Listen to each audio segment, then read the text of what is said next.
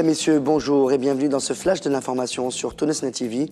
Et voici les principaux titres de l'actualité nationale et internationale. Examen du pourvoi en cassation contre l'arrestation de Semil Fehri le 13 novembre 2012. À Choucha, les employés du restaurant du camp protestent contre leur abandon par le secours islamique. Le Baraf tunisien condamne la visite d'une délégation parlementaire irakienne composée d'agents et de traîtres.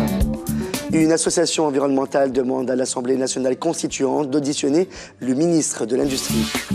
Et à l'étranger, en Turquie, des coups de feu au bureau du Premier ministre turc Erdogan. La Cour d'appel de Tunis a fixé au 13 novembre 2012 la date de la tenue du procès du producteur Semil Fehri, détenu depuis près de 2 mois. Il s'agira d'une audience devant la Cour de cassation qui devra statuer sur le pourvoi en cassation à l'encontre de l'arrêt judiciaire rendu par la Chambre de mise en accusation qui a ordonné l'arrestation de Semil Fehri en août dernier. Les employés du réfectoire du camp de réfugiés de Choucha se sont rassemblés hier, lundi 5 novembre, devant le siège de la délégation de Bengarden dans le gouvernorat de Médine pour protester contre leur abandon par le secours islamique. Près de 149 employés reprochent à cette organisation de ne pas les avoir indemnisés en mettant fin à leur mission. Le coordinateur général du syndicat de l'Union des enseignants-chercheurs, Nejmeddine Jouida, a indiqué que l'appel à la grève de ce lundi a été faiblement suivi dans le Grand Tunis à cause d'intervenants ayant fait échouer le mouvement. Dans les gouvernorats de Sousse, Gafsa et Sfax, la grève a en revanche été suivie à près de 90%, assure Nejmeddine Jouida.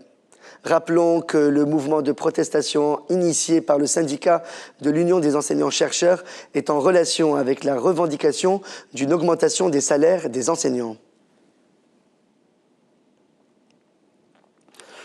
Selon la page Facebook officielle de la Ligue de protection de la Révolution de Tunis, Saïd Chebli, président de la Ligue de Tataouine, a été arrêté et se trouverait actuellement à Al-Gorjeni.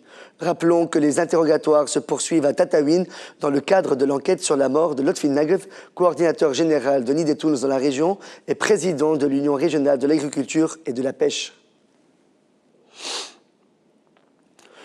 Le président du bloc du mouvement Ennahda à l'Assemblée nationale constituante, Sahbi Atig, a affirmé dimanche sur un plateau télé que le courant salafiste est infiltré par des délinquants sortis de prison qui se sont laissés pousser la barbe. Selon Sahbi Atig, de l'argent politique est en train d'être dépensé par des partis politiques qui payent les délinquants pour pratiquer la violence en Tunisie. Les vrais salafistes n'auraient rien à voir avec les derniers événements violents dans le pays, l'usage de cocktails Molotov et d'armes blanches étant l'épanage de faux fondamentalistes pour Sahbi Atig. Le secrétaire général du mouvement Baraf, Othman Belhaj Amr, a condamné ce lundi 5 novembre la visite en Tunisie d'une délégation parlementaire irakienne à l'invitation de l'Assemblée nationale constituante. La délégation irakienne, avec à sa tête Oussama El-Noujaifi, comprend notamment l'ancien procureur général du haut tribunal pénal à l'époque du procès de l'ancien dictateur Saddam Hussein, Ja'far el-Moussaoui. Selon Othman Belhaj Amr, la délégation est composée de traîtres et d'agents et sa visite en Tunisie s'apparente à une opération politique conduite par le régime iranien au profit des États-Unis et des sionistes. Le secrétaire général de l'association Agri-Eco, H. a annoncé ce lundi 5 novembre 2012 que l'association a publié un communiqué dans lequel elle demande à l'Assemblée nationale constituante d'auditionner le ministre de l'Industrie, Mohamed Lamine Chakhari, après sa déclaration qui indique que la concession relative au projet d'exploration et d'exploitation du gisement de gaz de schiste à Kairouan sera attribuée à la compagnie anglo-néerlandaise Shell. Ashraf Ghalibi a affirmé que l'association organisera ce mercredi 7 novembre 2012 un sit-in devant le siège du ministère de l'Industrie pour protester contre l'exploitation du gaz de schiste en Tunisie.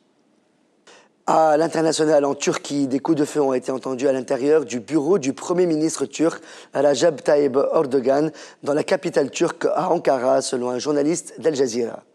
La source a précisé qu'un individu a tiré des coups de feu au siège de la présidence du gouvernement, puis s'est rendu à la police. Une enquête a été ouverte pour déterminer les raisons de cet acte. C'est la fin de ce flash de l'actualité sur Tunisnet TV. Merci de votre fidélité. On reprend avec le plateau de la matinale. À demain.